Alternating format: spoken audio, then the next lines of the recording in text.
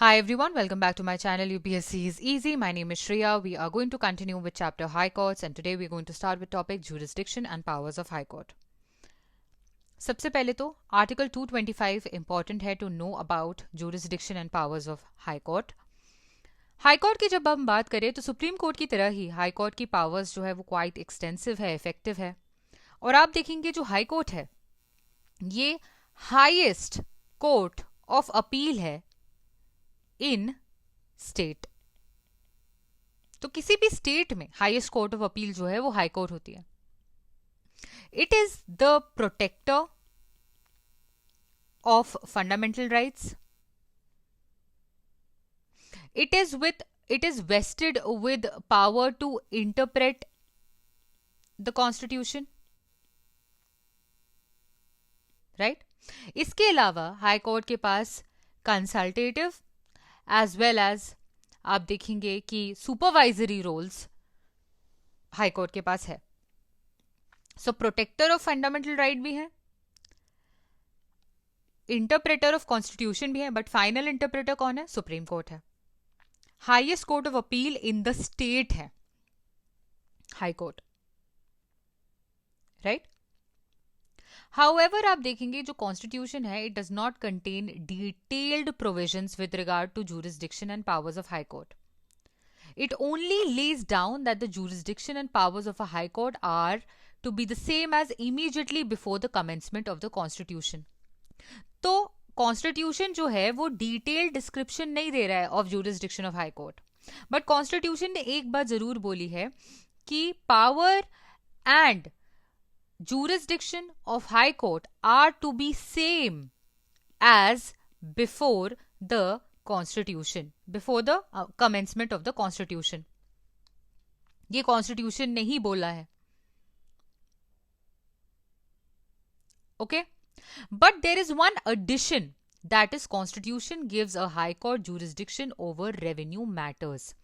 ठीक है, plus revenue matters को लेकर कुछ यहां पर कॉन्स्टिट्यूशन ने दिए हुए हैं power to the high court, जो कि मेंशन, जो कि पहले कॉन्स्टिट्यूशन के पहले, कमेंसमेंट ऑफ कॉन्स्टिट्यूशन के पहले ये पावर्स हाई कोर्ट के पास नहीं थी. सो कॉन्स्टिट्यूशन क्या कहता है? सेम पावर्स होंगी हाई कोर्ट की जो कि उनकी कॉन्स्टिट्यूशन शुरू होने के पहले थी. Obviously jurisdiction of high court will also be same, but there is addition of revenue matters जो कि अब हाई कोर्ट जो है वो देख सकते हैं, right.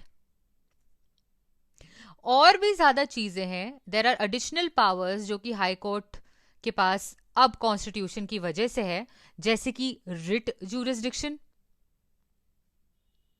Power of superintendence, consultative powers etcetera. तो कॉन्स्टिट्यूशन ने बहुत ज्यादा स्पेसिफाई नहीं किया है, बट कॉन्स्टिट्यूशन ने ये स्पेसिफाई किया है कि same as before the constitution, plus add किया है revenue matters, plus writ jurisdiction and superintendence and supervisory etcetera. At present जो हाई कोर्ट है वो अपनी जुरिस्डिक्शन एंड पावर जो है जो कि वो एंजॉय करता है, उसमें आप देखेंगे ओरिजिनल जुरिस्डिक्शन है, रिट जुरिस्डिक्शन है, एपेलेट जुरिस्डिक्शन है, सुपरवाइजरी जुरिस्डिक्शन है, कंट्रोल ओवर सबऑर्डिनेट कोर्ट्स है, कोर्ट ऑफ रिकॉर्ड है एंड जुडिशियल रिव्यू है. ये जो present jurisdiction and powers of high court है ये कौन कौन गवर्न कर रहा है? एक तो कॉन्स्टिट्यूशन कर रही है, दूसरा लेटर्स पेटेंट कर रहे हैं, तीसरा एक्ट ऑफ पार्लियामेंट की वजह से है,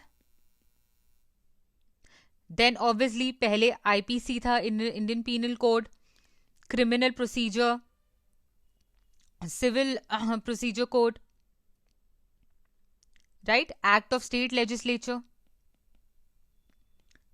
सो ये सब गवर्न कर रहे हैं power and jurisdiction of high court, ठीक है. Now we are going to see each power in detail, जो कि बहुत इंपॉर्टेंट है आपके प्रीलिम्स के लिए. So first we start with original jurisdiction of High Court. जब हम 1973 की बात करते हैं तो उसके पहले pre 1973 Calcutta, Bombay as well as Madras,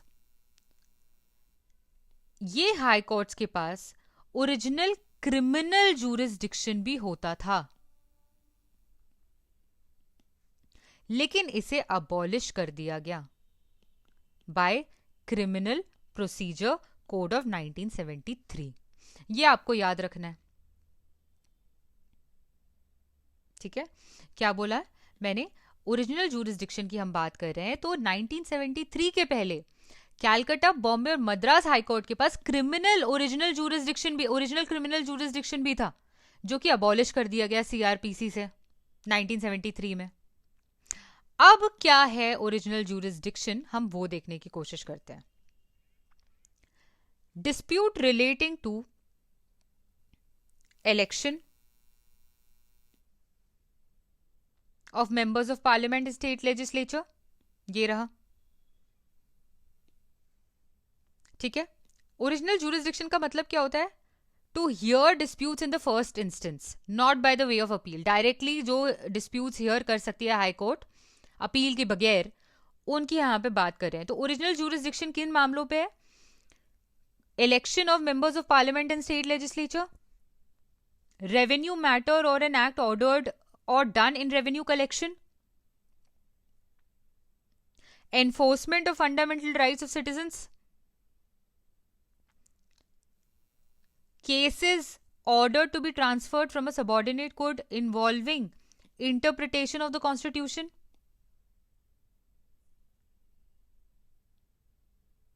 ठीक है।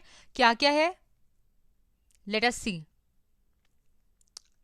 First, disputes relating to election of members of parliament and state legislature. Second, regarding revenue matter or an act ordered or done in revenue collection. Third, enforcement of fundamental rights. Fourth, cases ordered to be transferred from a subordinate court involving the interpretation of the constitution to its own file. 4 high courts यहां पे हैं, Calcutta, Bombay, Madras and Delhi high courts. These 4 have original civil jurisdiction in cases of higher value, ठीक है। क्या क्या यहां पे देखा, election of members of parliament देखा, स्टेट लेजिस्लेचर देखा, रेवेन्यू मैटर देखा, रेवेन्यू कलेक्शन के दौरान देखा, also fundamental rights of citizen के एनफोर्समेंट के लिए देखा, एंड जो सबॉर्डिनेट कोर्ट से केस ट्रांसफर होते हैं for the interpretation of the constitution, इनके बारे में देखा। 4 हाई कोर्ट्स की बात की, Calcutta, Bombay, Madras and Delhi, which have original civil jurisdiction in cases of higher value. इसके अलावा हमने ये पॉइंट पढ़ लिया कि before 1973 Calcutta, Bombay and Madras also had criminal jurisdiction, original criminal jurisdiction, ठीक है, जो अबॉलिश हो गया। यहां पे आपको कोई क्रिमिनल ज्यूरिसडिक्शन दिख रहा है ओरिजिनल, तो यहां से हिंट लेकर ऐसे आपको याद रखनी होती है चीजें, ठीक है। Now we come to writ jurisdiction, writ jurisdiction of high court. Article 226 जो है ये रिट ज्यूरिसडिक्शन की बात करता है। तो यहां पे जब हम रिट ज्यूरिसडिक्शन की बात कर रहे हैं तो it involves habeas corpus, it is mentioned here, mandamus, certiorari, prohibition, quo warranto. For what ये रिट ज्यूरिसडिक्शन क्यों है, for the enforcement of fundamental rights, जो कि सुप्रीम कोर्ट के पास भी था। लेकिन यहां पे एक एक्स्ट्रा चीज है, जो हाई कोर्ट होती है ना, वो अपना रिट ज्यूरिसडिक्शन अदर पर्पसेस के लिए भी यूज कर सकती है, राइट। फ्रेज जो यहां पे यूज हो रहा है for other purpose, it refers to enforcement of an ordinary legal right, right. अब जब हम हाई कोर्ट की रिट ज्यूरिसडिक्शन की बात कर रहे हैं, आपको एक बात जो यहां पर ध्यान देनी है वो ये है कि हाई कोर्ट जो है अपना रिट ज्यूरिसडिक्शन सिर्फ अपने उसकी टेरिटोरियल लिमिट तक ही नहीं, बट आउटसाइड द टेरिटोरियल जूरिसडिक्शन भी इम्पोज कर सकता है if the action arises with in the territorial जूरिसडिक्शन। अगर जो एक्शन है वो हाई कोर्ट की टेरिटोरियल जूरिसडिक्शन के अंदर हुआ है तो रिट जूरिसडिक्शन जो है it can be issued on any person, authority or government outside the territorial jurisdiction also if the action has happened inside the territorial jurisdiction of the High Court. This much is clear? Now you also must know that this writ jurisdiction जो है High Court का, it is not exclusive. It is not exclusive. Why? Because it is concurrent with writ jurisdiction of the Supreme Court. Supreme court का writ jurisdiction हमने पढ़ा था, article कौन सा था वो, 32,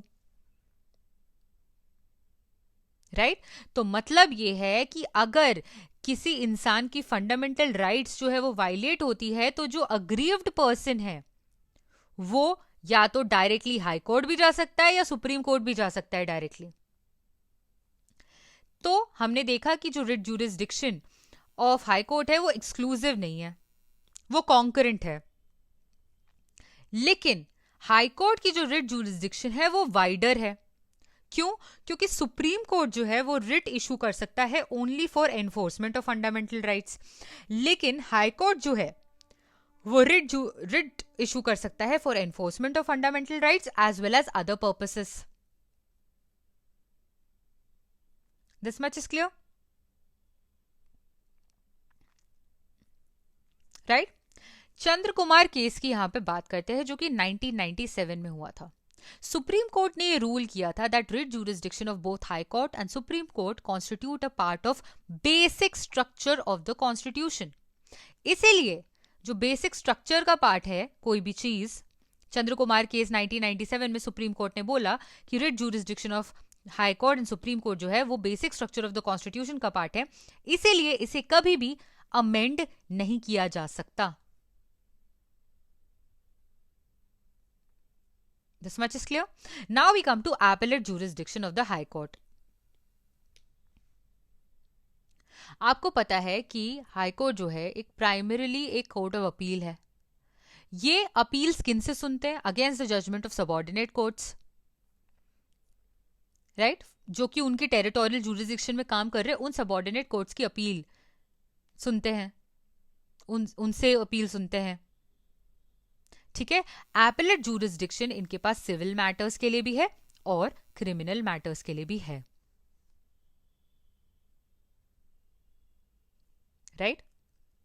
इसलिए आप बोल सकते हो कि हाई कोर्ट का जो एपेलेट जूरिसडिक्शन है that is wider than original जूरिसडिक्शन, क्योंकि ओरिजिनल जूरिसडिक्शन सिर्फ किन मैटर्स के लिए है? रिकॉल करो, ठीक है? Now we talk about civil matters. Civil appellate jurisdiction, सबसे पहले फर्स्ट अपील्स की बात करते हैं।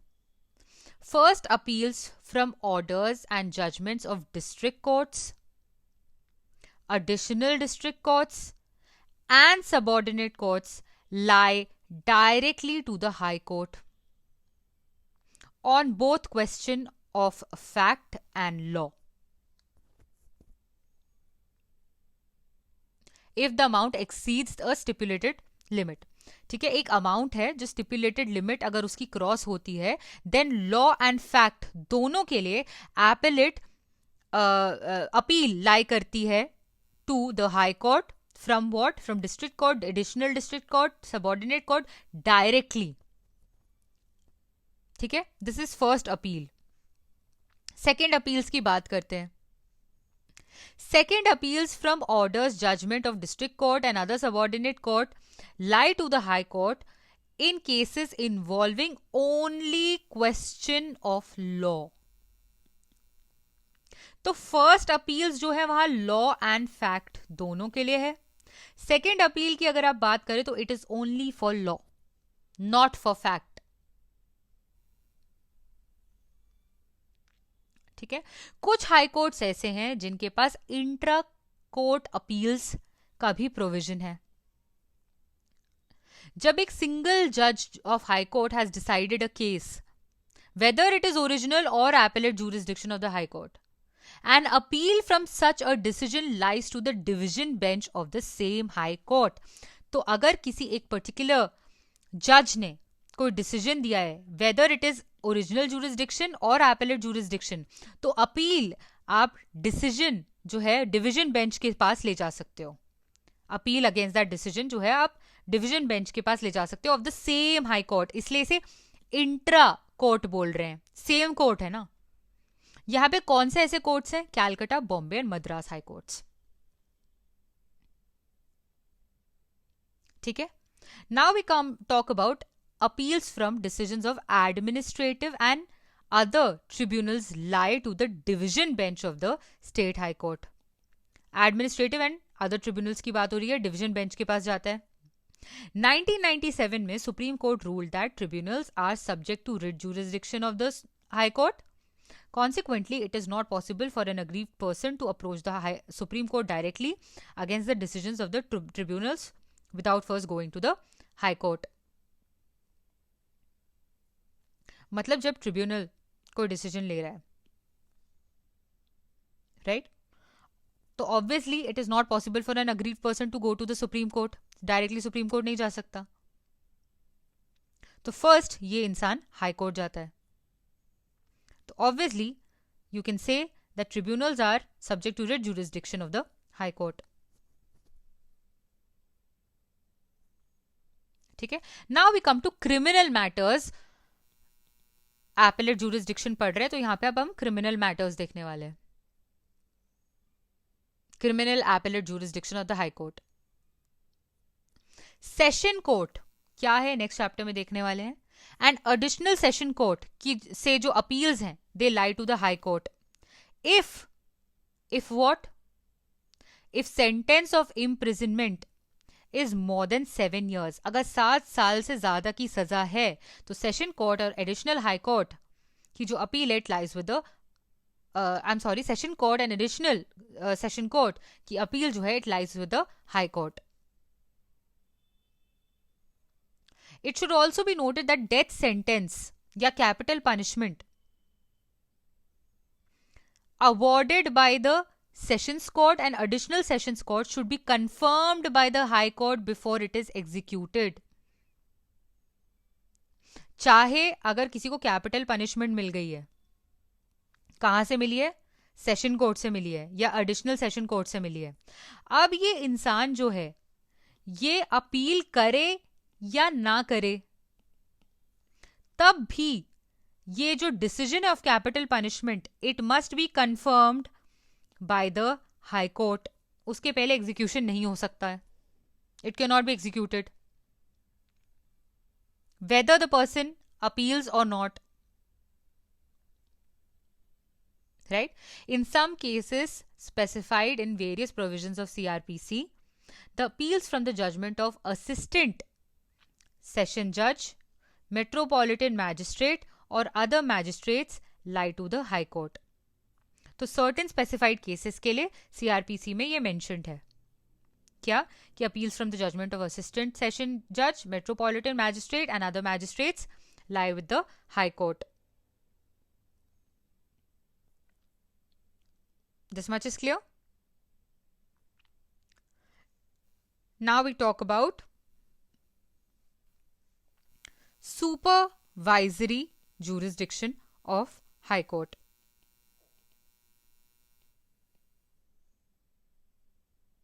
Okay, we'll do it